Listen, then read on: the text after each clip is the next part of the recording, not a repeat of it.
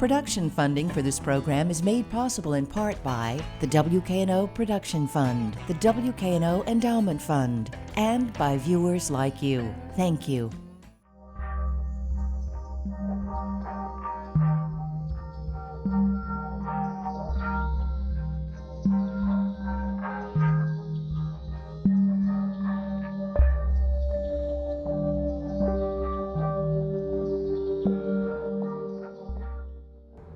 Hi, my name is Chris McCoy. I'm the film and TV editor for the Memphis Flyer, and I'm here at Off the Walls Arts today to talk to multimedia artist Christopher Reyes.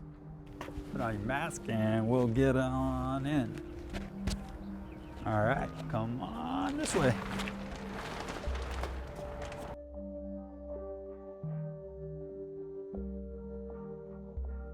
Welcome to Baron von Opperbeam's Exploratorium of Magic, Science, and the Multiverse.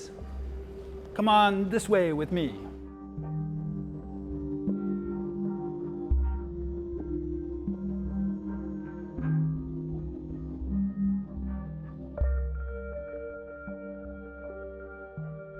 And I'm here inside Baron von Opperbeam's Exploratorium of Magic, Science, and the Multiverse with its creator, Mr. Christopher Reyes, a multimedia artist and a man I am proud to call my friend. Chris, thank you very much for having us this morning. Thank you for being here. Well, I mean, It I is the think multiverse. inside the multiverse, Yeah. And I think the first thing that anybody that comes in here that says is, wow. I mean, this is stunning. Can you tell us a little bit about how this thing came about? It's kind of a long story, but We got time? you know, I started thinking about immersive experiences a little before I did Fish, which I did with Laura Jean Hocking and Sarah. Right, and so Fish was Fleming. a installation that was in Crosstown Arts in 2016, right? Correct, and it was the first 360, you know, immersive installation that I've done. And in that show, your partners, Laura Jean Hocking, who is my wife, and Sarah Fleming, who was your partner at the time, they wanted to make a movie.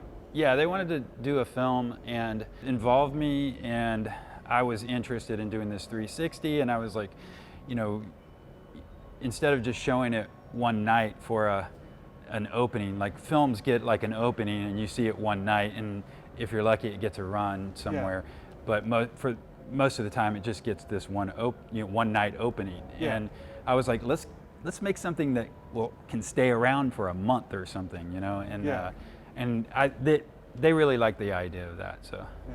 And it really turned out like amazingly well. I mean, Frederick Keppel, who was the art critic for the Commercial Appeal at the time, said it was like the most magical thing he'd ever seen. Yeah, he described it as magic, and that made me feel really good, because he saw it with like, you know, he didn't know what projection mapping was, and so he saw it with these eyes of wonder, basically, and that is really special.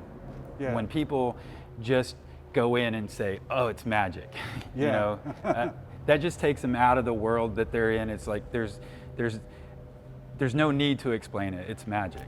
Yeah. Fish showed me the reaction of people and how they enjoyed the space, how they, you know, sort of just, it's kind of an escapism going to an immersive experience. And it really changes people's perception in a lot of ways. And then they come out of and go back to reality, and, you know, they feel like they've been somewhere on a journey. And I remember people would come in, they were setting up like lawn chairs in like lounges inside the exhibit. Yeah, and somebody people were did just that like, for us. Yeah, people would just like hang out like that, and then there was like yoga classes in there, and, you know, people didn't want to leave. Yeah, the yoga was pretty funny. I didn't know people would want to use it for that, but it was very mystical in a lot of ways. You've been experimenting with projection mapping before that. Can you tell people what projection mapping is? Projection mapping is, it used to be called augmented reality, but that term has since changed. But projection mapping is projecting video onto three-dimensional objects and mapping them into place. It could be two-dimensional as well, but you're mapping the video into a certain shape or place. Right. So what you mean by that is that instead of like a square or rectangular video image, you can make the image conform to the shape of the object. That's correct. Yeah. And that's just like one of the techniques that I'm using here. But I lean on it a lot because I have a film and video background, and I like to craft things cinematically. Mm-hmm. You know, I think probably the reason why this has a narrative at all is because I think in those terms. You know, I think in the soundscape's telling a story, the videos are telling a story, you know, and as people come in here, they are the adventurers, you know, in the story. Mm-hmm. Can you tell us a little bit about the story? Well, yeah, it's pretty interesting. The way that this is set up, and I'll sort of get into that. Baron von Opperbeam is this, you know, scientist magic user. He's in a Harry Potter meets steampunk world, and you've got science and magic, and the people subscribe to either one, and they don't necessarily get along with each other because they have different belief systems. So I started writing a story, you know, a 3-part trilogy, you know, just going for it, right? You know, I started building the world first, all the parameters of the world, and the multiverse basically gave me the most options to, you know, where to go and be as fantastic as I could be, because that's ultimately what I wanted the spaces to be, fantastical, you know? Yeah, yeah. So the Baron basically is missing, and he's got this house that he lives in, this old Victorian, you know, mansion, and inside of the mansion there is this space called the Exploratorium, and there's portals. This is where he keeps his portals, his magical items, and things that he's taken from the multiverse and his collection. And so essentially in the first story, some kids break into his home and they start joyriding the multiverse and get in trouble, you know, as kids do when they go joyriding. Yeah. So they start finding clues from the Baron that are going to help them come home, and so that's the basic narrative and of the first story. And this space is the people who are coming in to the multiverse are those kids. Yeah, yeah. And so when they put your visitors in that space. They are the kids. They are those kids. And if you listen, so I have this robot thing, Louise. Louise is the Baron's computer, and she can tell you about the world and what happens somewhat to the Baron, because I'm just giving little pieces of the narrative as you go through the space. I'm not, you know, I'm just not telling you the whole story, right? So you can discover the narrative for yourself. Exactly. That's what you're supposed to do. You don't have to. You can just run around and play, or you can discover that narrative. And eventually there will be a game component to it, but not in this, you know, temporary installation. And so I guess some of the other installations that you studied for this were Meow Wolf in Santa Fe and the City Museum in St. Louis. What did you learn from those places? Well, you know, when I went to Meow Wolf, I took my daughter, who was 5 at the time, and you know, I saw how she interacted with things. They had a lot of little push button things, and if it didn't work immediately, she was just gone. You know, she was running through the spaces, and she was mostly just trying to find all the nooks and crannies. In Meow Wolf, there's a lot of places where you can just like chill and not do anything. Yeah. And I think there's a couple of different personality types that some people will chill in a space and just, you know, take it all in and be in the space, and other people see it as a challenge. You know, they're trying to find all the rooms, find all the things, find all the little buttons. But this space accommodates all of that. Right. So, and those are the things I learned by going to other immersive experiences. I think City Museum is much more of a space that invites you to come in and explore and see all, and like find the nooks and crannies. There are like slides and Right. ladders and all kinds of stuff. And while Meow Wolf is more of sort of like a high art experience, right? Kind of. I don't know if I would say high art, but it's And definitely the kind of art that I like. Yeah. But City Museum is more like, so Meow Wolf has like this really good visual aesthetic. And Yeah. then City Museum is more adventure play. It has a really cool look because it was all, hand done, and it was made out of recycled or reclaimed materials. And when you look at it, you think this is art, Yeah. but to a kid, it's a playground. Yeah. And they can slide and crawl and climb, and that's what I found really important about the City Museum. Yeah.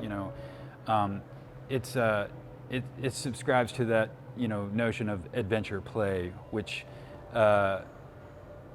is not the safest, which also means it's not sterilized. Yeah. It's yeah. not a sterilized playground. And in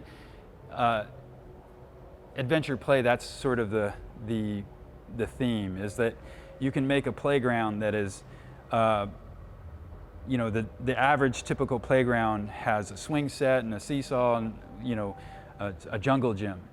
And what happens is kids get bored doing that, and they then start using the equipment in a way that it's not supposed to be used, and they get hurt. Mm-hmm. Because supposedly it's safe. Yeah. And then in adventure play, it's not safe. The kids know it's not safe, so they're more careful, and they have to traverse obstacles and learn how to work together in order to get somewhere. And I see that in here a lot, where kids are moving in groups and staying together until they start playing hide and go seek or something. Yeah. But adventure play is like, there's a whole learning educational concept behind it. Mm-hmm. So and I saw that at City Museum, and I wanted to incorporate that into the Bevo world.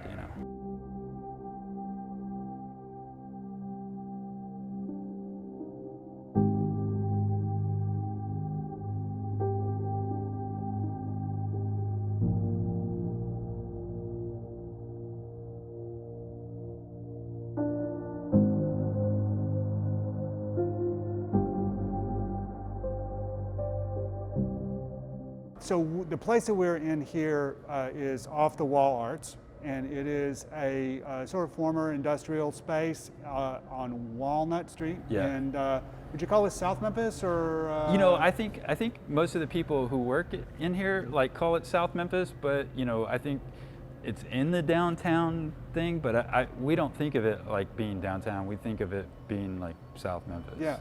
So how did you end up here?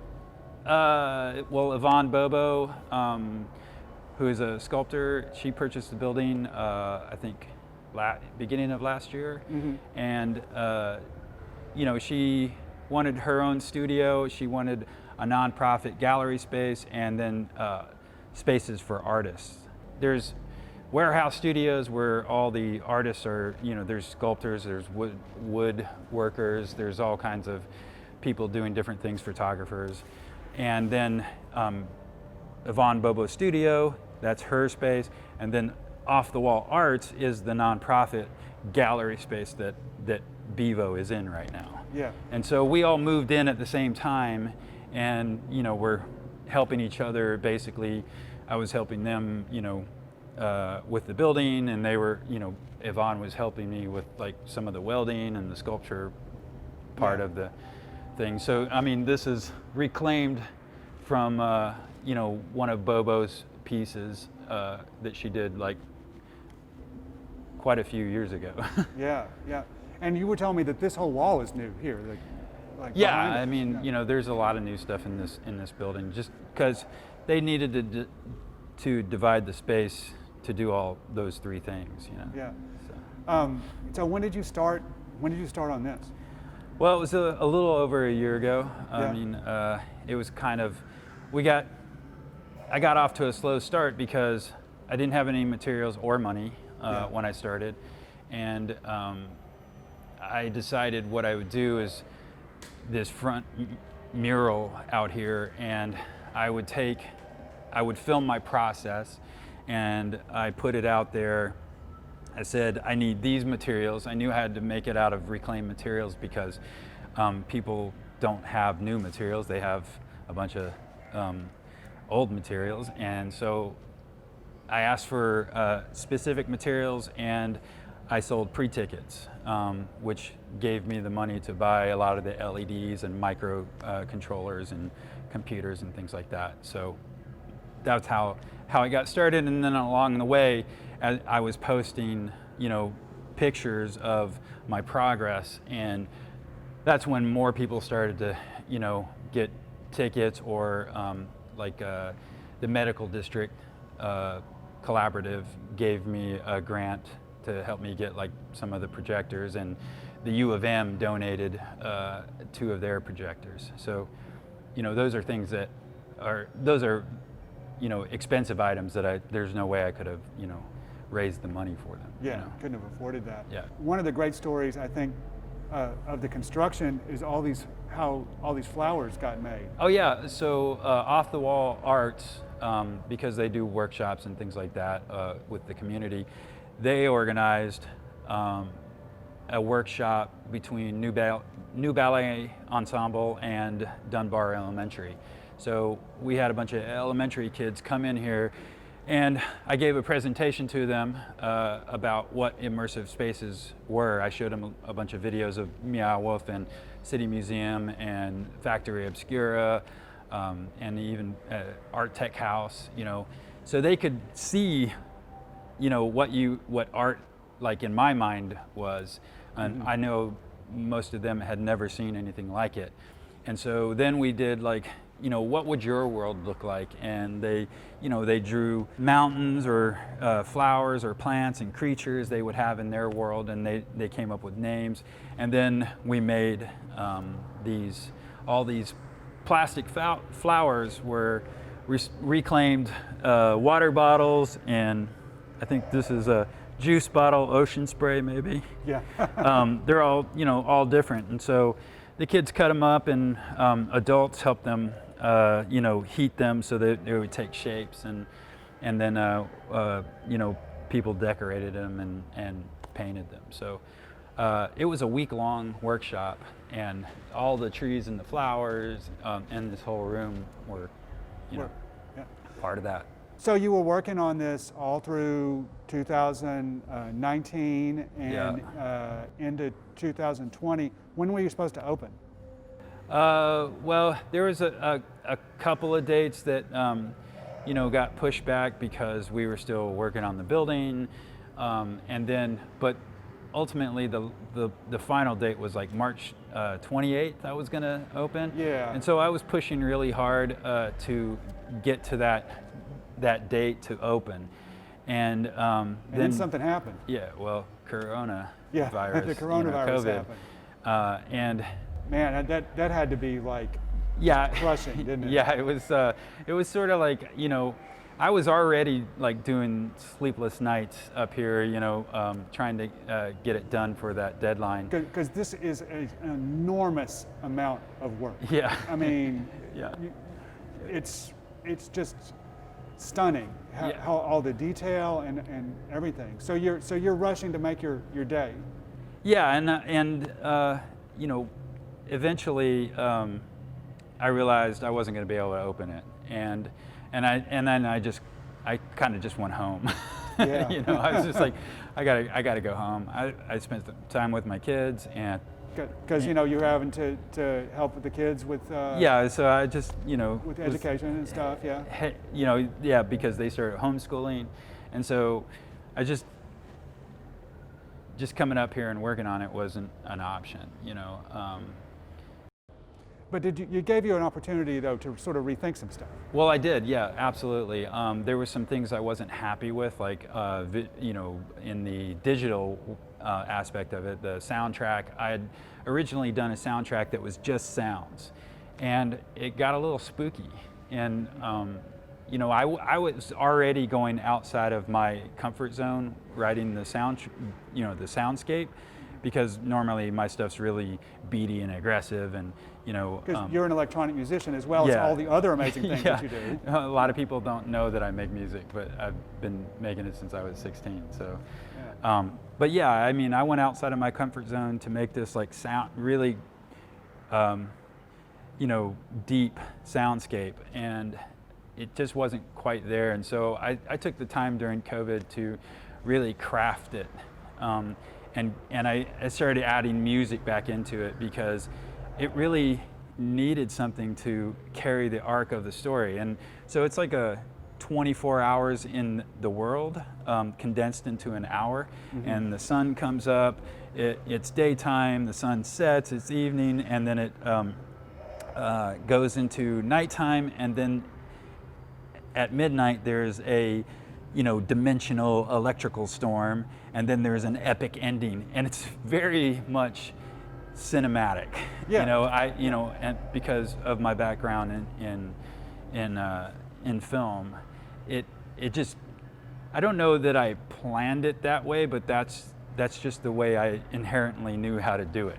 Yeah. You know. Yeah. You eventually were able to open into September? Yeah, so I decided I was going to open it, and what I was going to do, originally, you know, I had built all these places for people to just come in and hang out and lounge around, and it was going to be... Because your vision was like yeah, crowds. it was like a bunch of people in here hanging out together, having a group experience, and that you know, basically the way it was going to happen was people came in and could stay as long as they wanted, you know.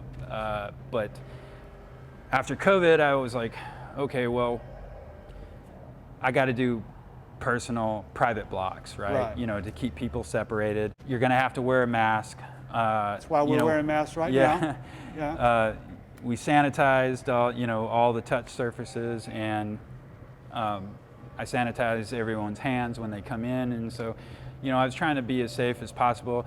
Every morning I open the garage doors at either end of the space and exchange the air, you know. So you, from 2001 to about 2013, ran a website and sort of nonprofit community organization that was called Live from Memphis. Right. And I worked with you there for the last probably 4 years, I guess, of that. And we made it our mission to try and bring people into the creative community and to give people the full breadth and scope of it.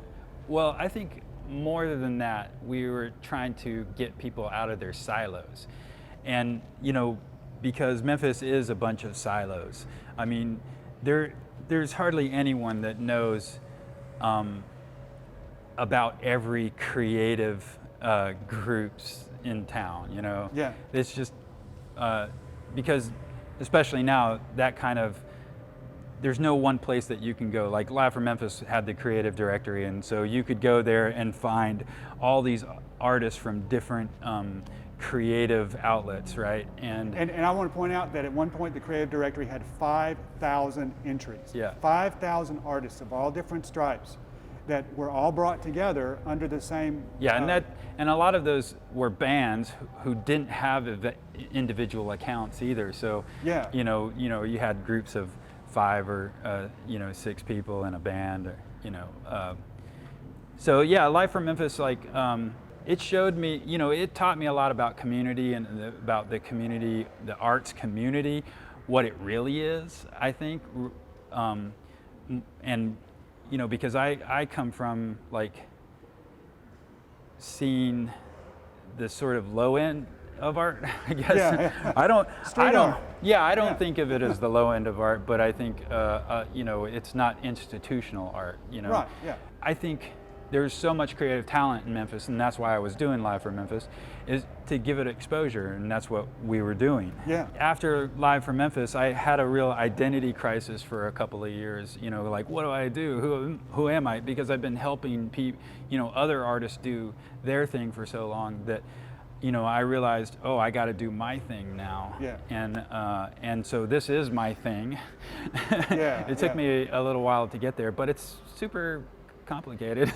So Yeah, and you know, you went to MCA, and I think that the loss of MCA has been a huge blow to the creative community in the city and to artists everywhere. Absolutely. Because I mean, you know, when I was running Live from Memphis, you know, that's where, you know, we were getting people from, you know, the Tommy Ka, Lauren Ray Holterman, you know, those were all people graduating. We were reaching out to them, going, "Hey, come work with us, and let's like do some cool stuff." And you know, and there was like this huge, you know, group of artists that were coming out of MCA that were hungry and wanted to do things, and so, you know, it was great to work with them. I really want to get this project off the ground. You know, because I think it'll put so many artists to work, because you can't make an immersive experience like this. I mean, this is basically a giant movie set, you know, with cinematic effects, a cinematic story, and you get to be the, you know, you get to live that story. You get to be the protagonist. Yeah, exactly. Yeah.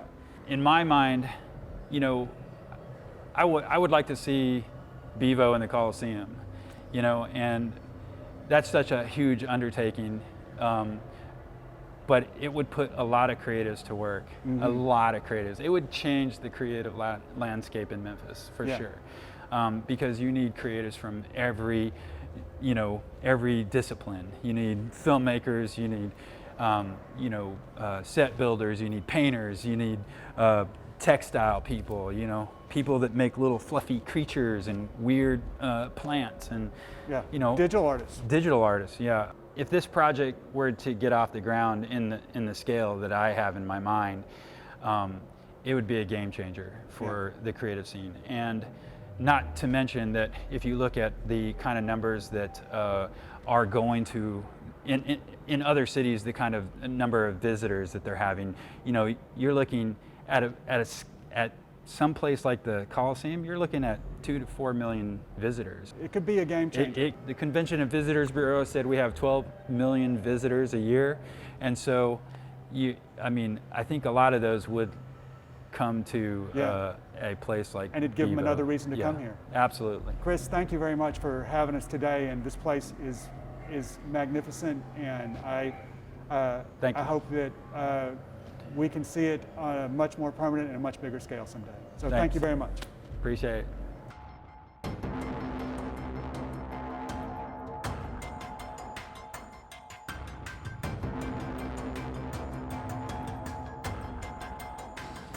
There's so much more to explore. I'm gonna jump in this portal. See you later.